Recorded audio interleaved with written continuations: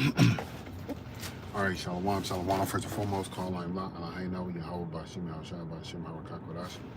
I want to give double honor to the apostles of the great millstone who want to teach well, and a hearty shalom to the elect. All right, the apostle Tahar had deemed this year the hopeful year of our deliverance and the destruction and judgment of Esau. Okay, so I'm gonna speak a little bit about those things. All right, our deliverance is the first thing that I'm gonna speak about. Okay, because in order for us to get delivered, America, Esau, Edom, all right, that they have to go down. All right, and through them going down is gonna be destruction. Is gonna be war. Is going to be basically hell on earth. Whatever people can imagine the hell on earth being is going to be worse than that. And then while the Lord is bringing forth destruction, rain, and terror on this place, the Lord is going to be delivering and helping his people, all right, those that are of the elect, okay, all right, of the nation of Israel, all right. And Israelites can't look like any of these other nations because we are scattered, okay, all right. So this is Exodus chapter 6 and verse 6. It says, "Wherefore say unto the children of Israel, I am Yahweh, and I will bring you out from under the burdens of the Egyptians." And the modern day Egyptians is these people here in America, man. All right, because Israel is still under bondage, all right, in hardcore captivity, like we were in Egypt, but it's different, okay, all right. And we still need the Lord to deliver us from this type of bondage as he delivered us from the bondage that we were under in Egypt, all right, and in hardcore slavery starting in the 1600s, okay, all right. So it says here, I will rid you of their bondage and will redeem you with a stretched out arm and with great judgments. And these great judgments that the Lord is going to bring upon this place. There's a volcano that's going to, or that's scheduled to set to erupt sometime this year in 2025. That's up there by Washington State and Oregon, up there in that area, in the northwest part of the United States. That's going to bring about, you know, death and death and destruction. The Lord is going to have spirits out here on different people to bring about death and destruction. The Lord is going to have animals out of their certain habitats bringing about death and destruction. And you can see certain videos now where where a penguin was, I think, in Australia, or some lions, they were let loose somewhere in America. A polar bear was somewhere, I think, in Texas. I'm not sure if that was a real one or not, but these animals are certain out of their where would they be comfortable and further into where people dwell.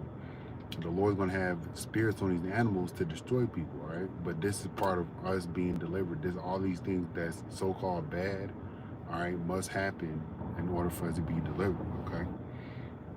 It's part of those great judgments that the Lord's going to have out here. All right, you're going to have also plagues, all right, diseases, famine, all right, and then on top of that, the thermonuclear missiles on top of all of that, okay?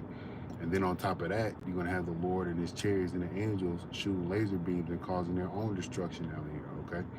All right, those are great judgments that's going to happen, all right, that the Lord's going to come out here and deliver us with, all right? And I know it's in Sirach, I'm thinking maybe like in the 40s or the 50s, where the Lord, where it reads out the judgments that the Lord had put out on ancient Egypt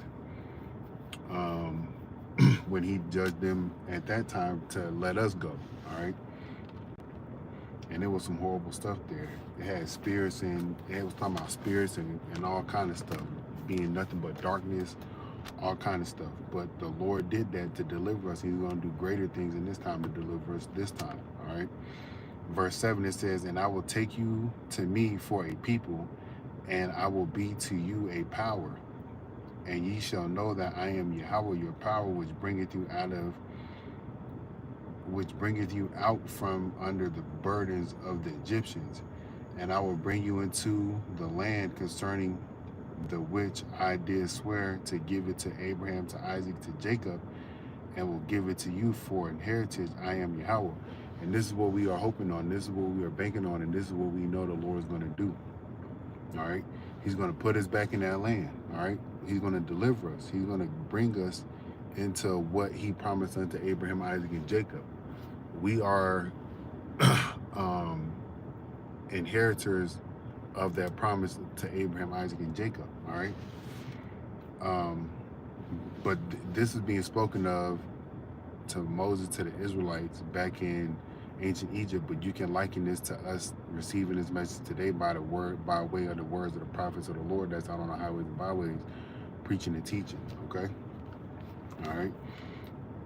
But the Lord's going to redeem us. All right. We have to do what we continue to do, which is preach and prophesy. And then, like it says here in Exodus, the 2nd chapter, I'm going to read this. This is Exodus 2, chapter 2, verse 23. And it came to pass in the process of time that the king of Egypt died, and the children of Israel sighed by reason of bondage. And they cried, and their cry, and they cried, and their cry came unto Yahweh by the reason of bondage. All right, so we got to continue to cry and pray unto the Lord for the abominations that's going on around about us, for all the wickedness and the evil that's going on around about us, and cry and pray unto the Lord for mercy and forgiveness to us, because we still transgress against the Lord, and we need that mercy from him. All right. But we need to be crying unto the Lord because of the things that's going on around about us, man, and ask him to hurry and deliver us in the speed of the time, and keep the promises that he made unto Abraham, Isaac, and to Jacob, and to us, where he said he's going to deliver us. We need that. Okay. All right. So, and verse 24 says, and Yahweh heard their groaning and remembered his covenant with Abraham, with Isaac, and with Jacob. And Yahweh looked unto the children of Israel, and Yahweh had respect unto them. And we need to keep crying and throw it in the Lord's face, saying, hey, remember what you said you would do for Abraham, Isaac, and Jacob. Remember you said you would put us back in the land. Remember you said you would gather us. All right.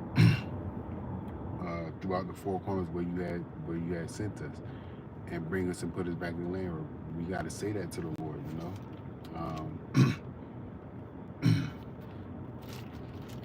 This is Isaiah chapter 62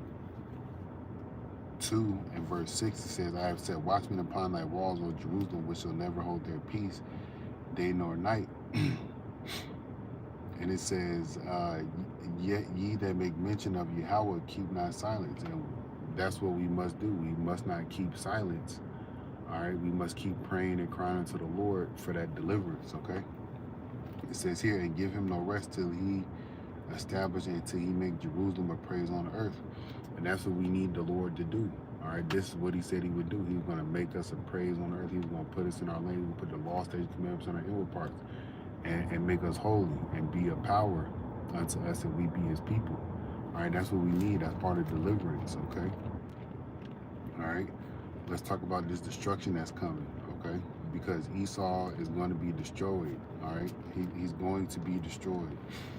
All right, this is Malachi chapter 1 and verse 4. It says in verse 1, so like the burden of the word of Yahweh to Israel by Malachi. It says, verse 2, I have loved you, saith Yahweh, yet ye say, wherein hast thou loved us? Was not Esau Jacob's brother? Saith Yahweh, yeah, I love Jacob. And the Lord showed us his love by giving us the blessing of the kingdom. And Esau got the blessing of the earth that we live in now, which is dwindling by day out the window. All right. It says, and I hated Esau and laid his mountains and his heritage waste for the dragons of the wilderness. Whereas Edom saith, we are impoverished, but we will return and build the desolate places. And they used Slakia, Esau, Edom, they have used the backs of these so-called Negro Latinos and Native American Indians to build this place, to establish this place. And this place is still going on because of the usage that they get out of the so-called Negro Latino and Native American Indian. Okay. Thus saith Yahweh of hosts, they shall build, but I will throw down, and they shall call them the border of wickedness, and the people against whom Yahweh hath indignation forever. All right, the Lord's going to throw down. All right. When Jake talk about throwing down, they talking about fighting, throwing hands, or in the sense of tearing up some food. All right. Well, when the Lord comes, all right, he's going to be fighting. He's going to be tearing down these buildings, this country. All right, it's going to be wholly desolate. Isaiah 34 tells you about the mushroom cloud that's going to be over America. All right. The Lord's going to throw down, man. The Lord's going to come down here with hands up, ready to fight. All right. Let me see. This is Isaiah chapter 60.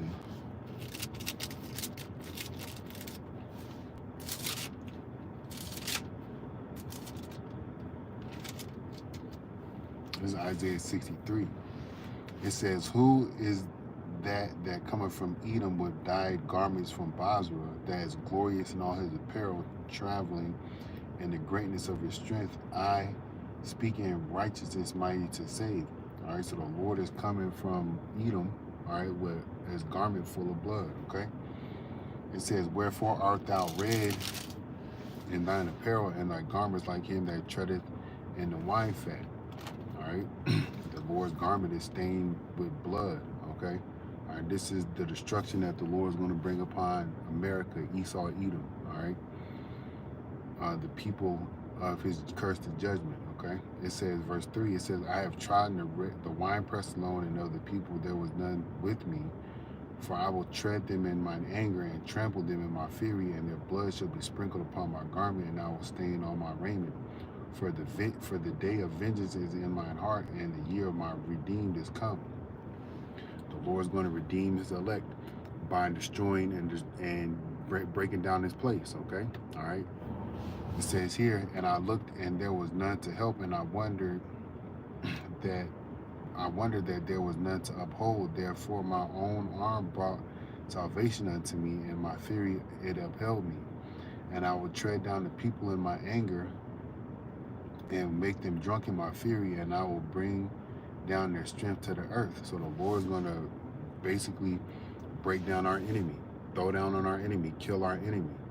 All right, when you tread on something, you stepping on it. All right, the Lord is going to come and step on America. All right, with thermonuclear missiles, with pestilence, with plagues, with fire, with judgments, with chariot, the lasers from the chariots. Okay, the Lord is coming to do these things. All right. Let me see. Let me go to Ezekiel. This is Ezekiel chapter 35. In verse 1, it says, "Moreover, the word of Yahweh came unto me, saying, Son of man, set thy face against Mount Seir and prophesy against it." And that's what we do when we get on these highways and byways.